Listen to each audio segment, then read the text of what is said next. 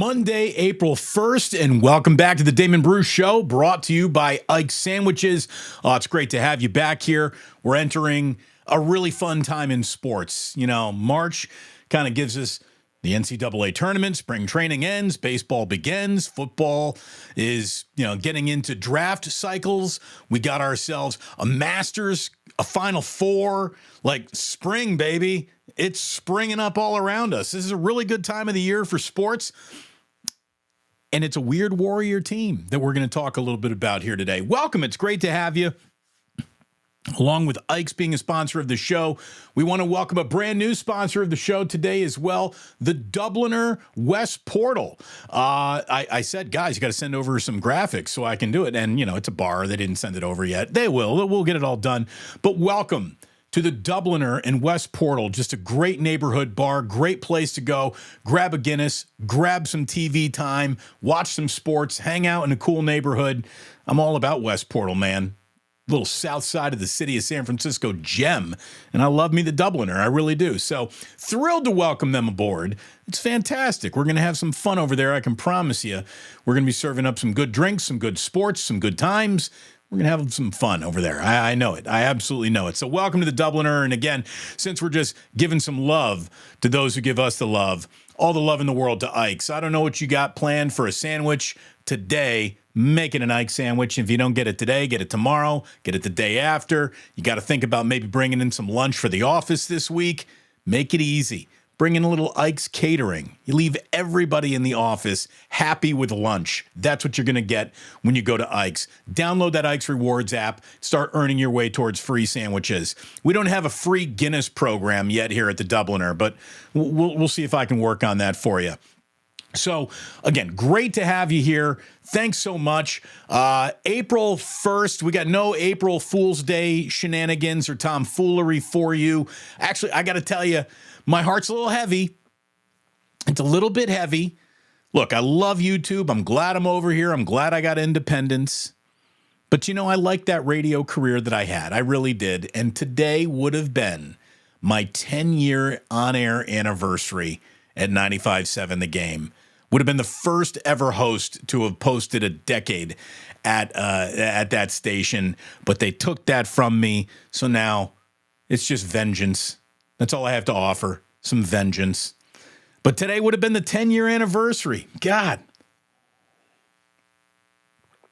Time flies, man. Time really does fly.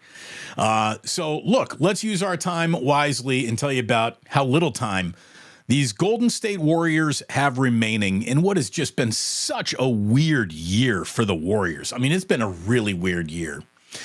They're 6 games over 500, I think, for the first time all year, and they're that right now, thanks to a 4-1 road trip that they're coming off of. 8 games left on the year. It still doesn't feel like they've figured out their rotations or Steve even knows how this all fits together yet. Like every night is this reoccurring experiment of what fits. And then whatever fits tonight isn't guaranteed to fit the following game. And it's just been that sort of confusing, disjointed, unconnected year that Steve has been talking about for a couple of years. Look, it took this team way too long to acknowledge that Trayce Jackson-Davis is their best front court player, and they should have absolutely been leaning into him for 25, 30-minute nights a lot earlier in this year than they actually did. It took way too long to figure out, and I'm still not sure whether they have what Klay Thompson is to them or for them at this point in time in his career, in this team's competitive life cycle. This team spent way too much time letting Draymond Green and Andrew Wiggins define the feel of the year. Draymond, obviously, is a guy who takes things off the table and puts them right back on. We know this about Draymond. He's so frustrating because he can be a brilliant basketball player and he can also be an absolute child of a basketball player as well. In San Antonio, he was brilliant on the court. He was fantastic. Draymond was awesome last night. He really was. But unfortunately, whatever Draymond does that's awesome is usually the follow-up from whatever, damage he's caused. And Draymond Green did damage. He damaged all of last year with a punch to Jordan Poole, and then they get Draymond what he wants, Jordan Poole out of town, and you got a new extension, and Draymond, for whatever reason, comes back angrier and bitter and just, it didn't make an awful lot of sense. He's kicking, he's punching, he's choking, he's getting suspended. Now he's got to go to therapy, and it's just way too much Draymond the headache, not nearly enough Draymond the good basketball player that has sort of defined this year. And then you get to Andrew Wiggins, who is, one of the biggest scoops of nothing ever served up in an NBA jersey, who at times can represent, hey, he's got more talent than anybody on the basketball court, but he just chooses not to use it for whatever reason. Andrew Wiggins is Andrew Wiggins. I don't know why that guy is wired the way he is, but he is, and this team allowed him that inexplained, can't figure it out, just absence that seems to be baked into his years now. Andrew Wiggins is going to take 20, 30 games off to just because it's just weird. So you got those two weird dudes defining a weird year. Annual vanishing act from Andrew Wiggins. Chris Paul hasn't done nearly what this team hoped that he would do for them. Hasn't really been a stabilizing force, hasn't been the guy that has, made everybody a whole lot better. Not really. Chris Paul is definitely at the very end and probably should have traded that guy. And again, they got stuck watching the paint dry at the trade deadline, and they didn't do anything. And then in not doing anything, you're like doubling down on what you got, yet they didn't double down on what they had the right way. Moses Moody's jerked his chain's been jerked around all year by this team. Again, Brandon Pajemski is a lot of interesting things. He's good at a lot of things. I don't know if he's great at any one thing. And for some reason, he's the glue that holds this team together. Pardon me. Frog in that throat. But Brandon Pajemski has turned into the glue that holds every successful Warrior plus minus unit together. It's just, it does not make sense. The Warriors, there's enough to like about them, but there's also enough to just look at all this and goes, it doesn't make sense. And you don't know who you are with 8 games left.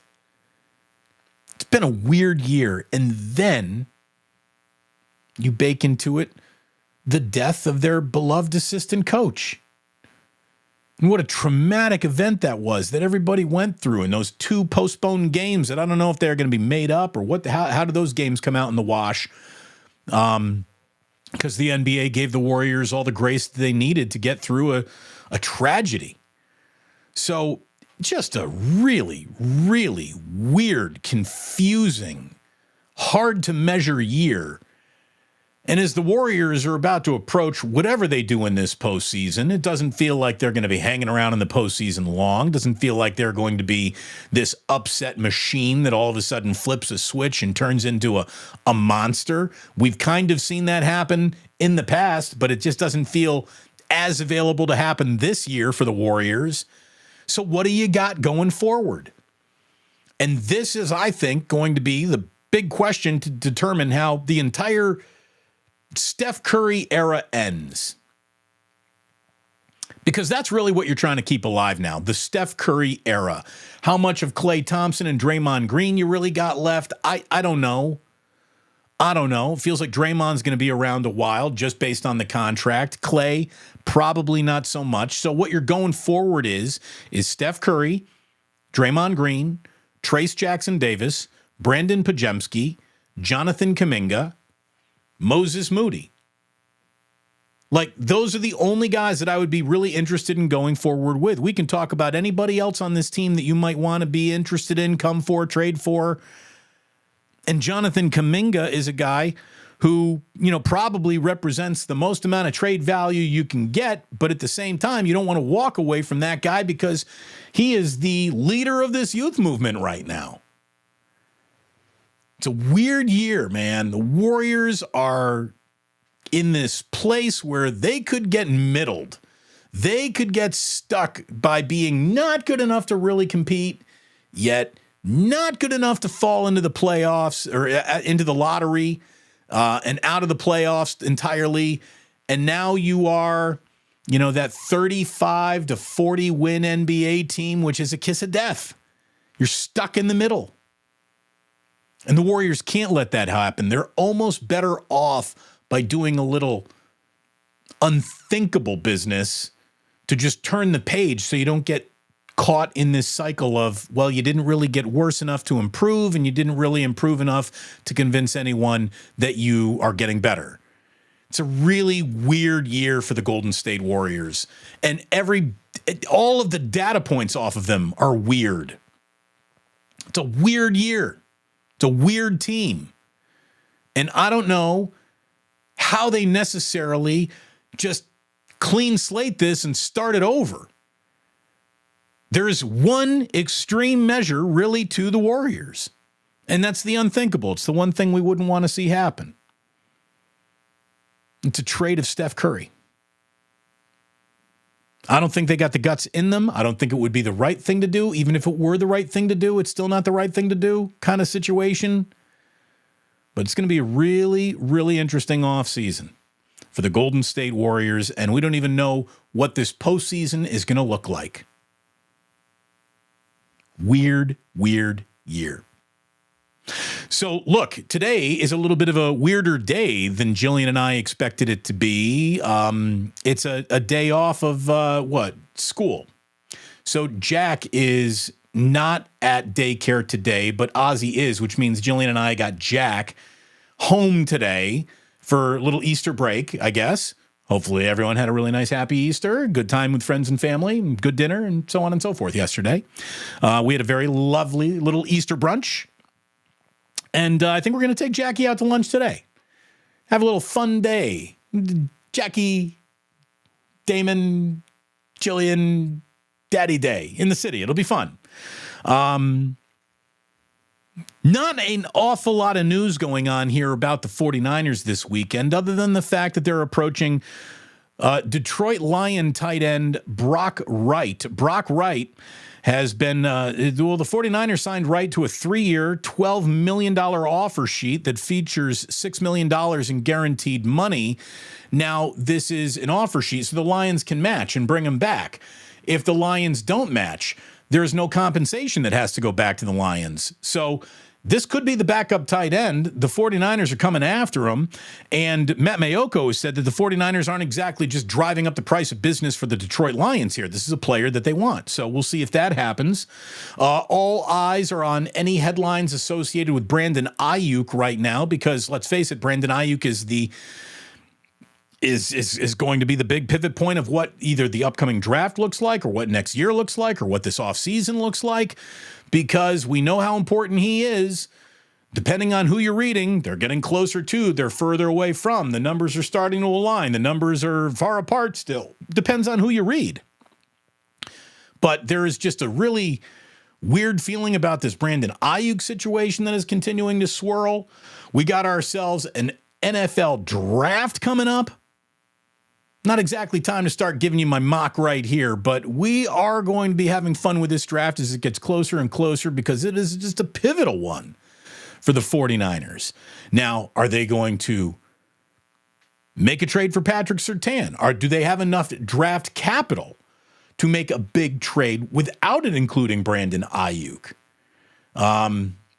How this whole thing unfolds will be very, very interesting, to say the least.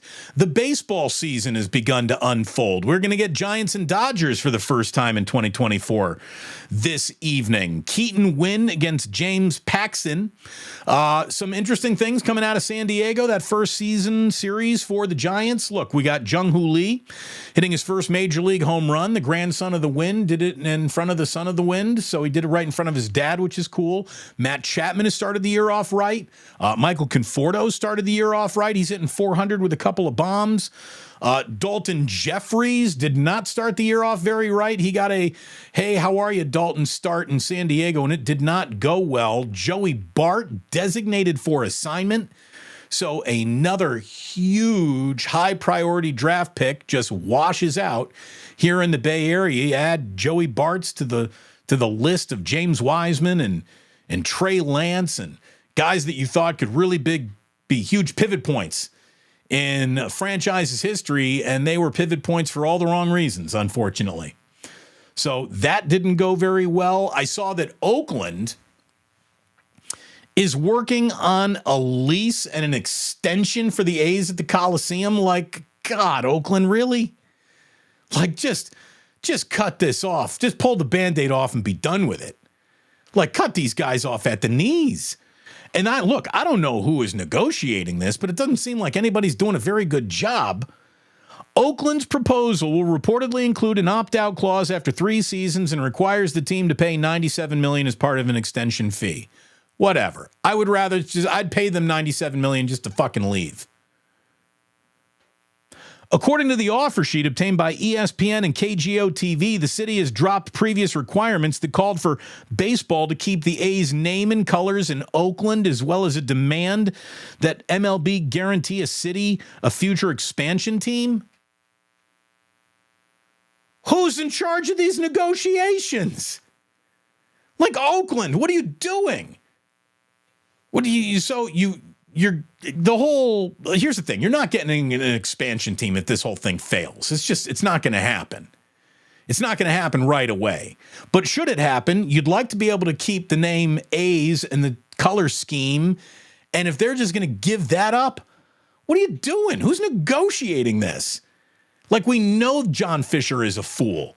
Everyone sitting on the side of the A's negotiating table doesn't seem to be much better at their jobs either. Like, what are you doing that? What are you doing? Just weird. Weird. Again, weird Monday. It's April Fool's. Didn't expect the kid to be home from school today. He is. Didn't expect Joey Bart to just be DFA'd for absolutely nothing. He was. We got ourselves an NFL draft coming up. We got ourselves Giants and Dodgers. We got ourselves a Final Four. Unfortunately, Purdue is involved in it. Oh, that hurts my heart. It really does. Alabama's in its first Final Four ever. UConn looks dominant, and NC State is in there as an 11 seed with a big boy center who everybody likes to root for. So we'll see what this Final Four ends up giving us. It has not been a memorable NCAA tournament at all. It hasn't been. There's not one single gonna remember that forever, shiver goes up your spine moment from this tournament yet. Has not happened. And I don't want to hear anybody saying, "Oh, Damon, but there's this one thing that you didn't appreciate." No. It either captures the entire nation's imagination or it didn't happen. It hasn't happened. So, a little down on this year's NCAA tournament, to be totally honest with you. Hasn't been great. But some decent teams, some decent games. But nothing really memorable's happened. Really hasn't happened. So, April Fool's Day is always a little weird. We're off to a weird week, and unfortunately, we got to include a sad story that's kind of developing right here and now. Vontae Davis, former Dolphins cornerback, brother of Vernon Davis, has been found dead. A death investigation is underway after the body of former Dolphins cornerback Vontae Davis was found at a residence in Southwest Ranches. This is Southwest Ranches, Florida. Davie Police and Broward County Medical Examiner's Office arrived at the area on Monday morning. According to property records, the home is owned by the Davis's grandmother, Adeline. Police say that a male was found deceased at the home and no foul play is involved. So that's a sad story. And obviously, we all like Vernon Davis very, very much. Very nice guy. Very good guy. Got to be just heartbroken that this has happened to his brother. No foul play involved. No anything. I mean, I don't know how they determined that. I don't know what went on. I hope that this isn't a suicide because that opens up a whole other door of questions. But this is a young man who seems to have lost his life here for reasons that are hard to understand or explain. The The most famous thing about his career up to this point was the odd manner in which he retired. What, at halftime of a game, he just said, like, I'm done. I'm good. I'm not playing football anymore. So very, very sad. Very sad to hear that. And that stinks. That absolutely stinks. That hurts today. So sad news there. And if there were ever time to need to go out and grab a beer at the Dublin or West Portal, maybe you'll tip one back for the Davis family today. Very sad to share that with you, though. Big 3-game stretch for the Golden State Warriors coming up, starting with the Dallas Mavericks at Chase Center, followed by a trip to Houston, a team that's right on your rearview mirror, and then you get the Dallas Mavericks again. So a big week for the Warriors. A big week for every single NFL team as they're starting to make their final evaluations as we get closer and closer to the NFL draft. Going to have a big week of wake-ups with yours truly and Larry Krueger as we get closer and closer. We already started today. That's why the sip of the day is way off the board. And like I said, we got ourselves a 4-year-old boy who is officially looking to do something today other than drive his parents nuts, being stuck home all day. So we're going to go out and do something nice with Jack. Danny Golding says, Damon, KNBR is doing a host swap today, which reminds me of when 95.7 The Game did it. You did the morning show, Guru and Fortenbaugh. Yeah, that was fun. That was fun. It's also obvious KNBR is just flush out of ideas. And, you can have a whole bunch of shows that aren't working, and you can mix and match them, and you can find out they're not working either. So good luck to your goofy experiments. In the meantime, what I'll be doing is streamlining the world of sports talk in a way that people actually want it used in this 2024, the year of our Lord. You don't want your time wasted. There should never be a 4-hour-long sports talk show ever again. Never. It's ridiculous. There isn't enough sports to fit in a 4-hour sports talk show unless you're just dragging people through the same crap over and over and over again, and we don't do that over here. I am never going to waste your time, my good friends. Never. Otis, you are right. Draymond turned that clock back a little bit last night. Look, here's the thing, and here's what's nuts about Draymond, is because it's up to him. It's up to him to determine what this year is going to be. That's it.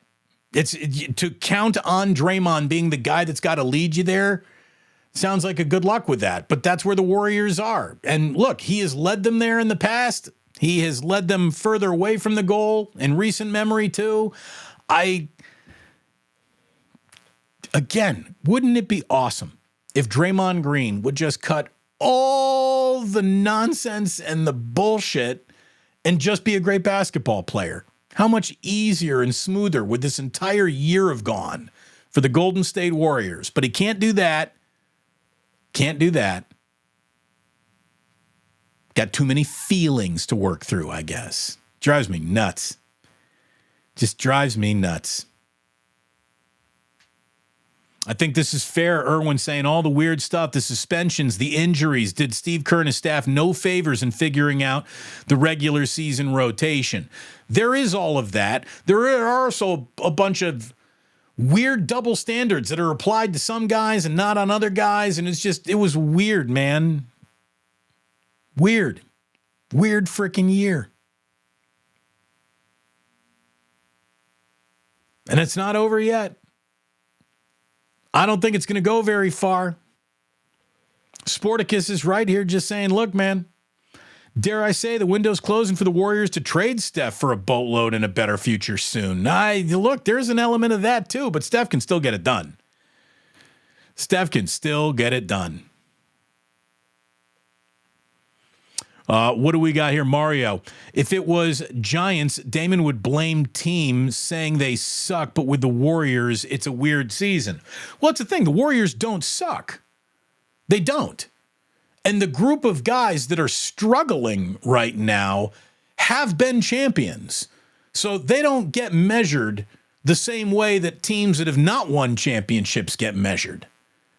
So it's a much different thing. When you have been there and have proven that you can do that, there's an expectation level that you can attach to them that you can't attach to any element of the Giants. This is a Giants team that's what? It's hasn't done anything since Bruce Bochy left. So, no, it is a weird year. It is. I mean, there's no other way to say it for the Warriors. It's been a weird year. Did they absolutely create some of their own weirdness? Did they incubate some of their own weirdness? Have they, planted some of the own weirdness that is now coming back to tangle them up? Yes, they have. But it's also been a weird year. Again, I see a lot of people are upset about the trade that didn't happen at the trade deadline. I don't know what that was. I don't know how much different the Warriors are right now with Pascal Siakam. And if you had to give up Kuminga to do that, I don't think I want to do that. A little bit of a stuck year. I do like the fact that they got 2 rookies who have contributed. That's good. I do like the fact that Moses Moody seems to have actually, like Steve Kerr's figured it out. Like, I got a better player here than I might even have left in Klay Thompson. So, work with that.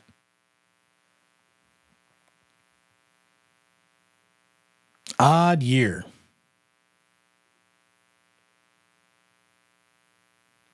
Hey, 49ers Ultimate Report saying, I also got a day off from work, so I'm able to watch Damon live. Well, it's great to have you here. Live, on tape, doesn't matter to me. Just the fact that you come on over and you click and you hang out in a little while, that's what matters to me. Please hit like and subscribe. My good friends out there, it would mean an awful lot if you did. Memberships are indeed available. If you really want to go ahead and support the channel, but just being back here for an 11 a.m. kickoff time on Tuesday would be great. We'll see you then.